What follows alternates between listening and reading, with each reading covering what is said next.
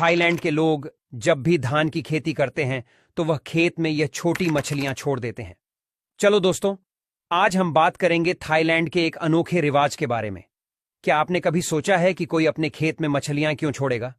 अरे भाई, ये तो वही बात हुई कि अपने घर के आंगन में मुर्गियां पालना। लेकिन थाईलैंड में ये चीज आम है। वहां के किसान अपने खेतों में छोटी छोटी मछलियां छोड़ते हैं। अब आप सोच रहे होंगे कि भला ये कैसा पागलपन है, लेकिन रुकिए, इसके पीछे एक बड़ी समझदारी छिपी है। थाईलैंड की धरती पर चावल की खेती का बोलबाला है।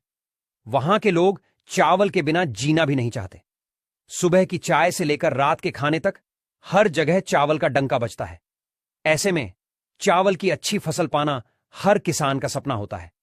लेकिन यह सपना पूरा करना कोई आसान काम नहीं है।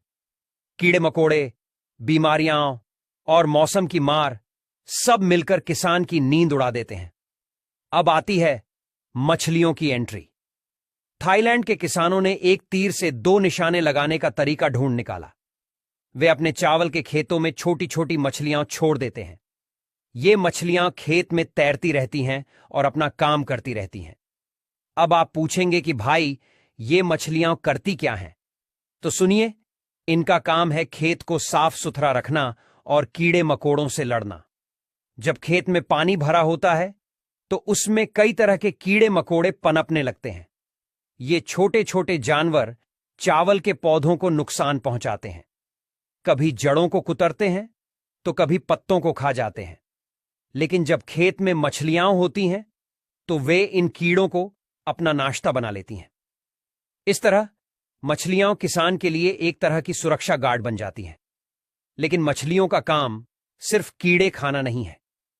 वे खेत में तैरते तैरते पानी को भी हिलाती रहती हैं। इससे पानी में ऑक्सीजन की मात्रा बढ़ती है, जो चावल के पौधों के लिए बहुत फायदेमंद होती है। साथ ही मछलियों की टट्टी खेत के लिए खाद का काम करती है। यह प्राकृतिक खाद चावल के पौधों को ताकत देती है और उन्हें तेजी से बढ़ने में मदद करती है। अब आप सोच रहे होंगे कि यह सब तो ठीक है, लेकिन इन मछलियों का क्या होता है? क्या वे हमेशा खेत में ही रहती हैं? नहीं भाई, ऐसा नहीं है। जब चावल की फसल पक जाती है और खेत से पानी निकाल दिया जाता है, तब इन मछलियों को भी निकाल लिया जाता है। कुछ मछलियां तो इतनी बड़ी हो जाती हैं कि उन्हें बाजार में बेचा जा सकता है। इस तरह किसान को दोहरा फायदा होता है। एक तो अच्छी चावल की फसल और दूसरा मछलियों से कमाई।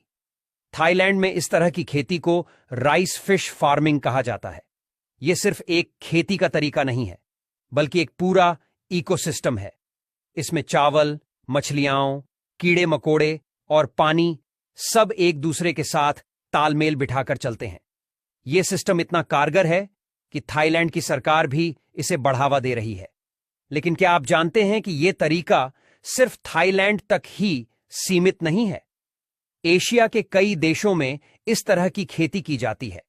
चीन, वियतनाम और भारत के कुछ हिस्सों में भी लोग इस तरीके को अपना रहे हैं। यह बताता है कि कितनी पुरानी और कारगर तकनीक है ये।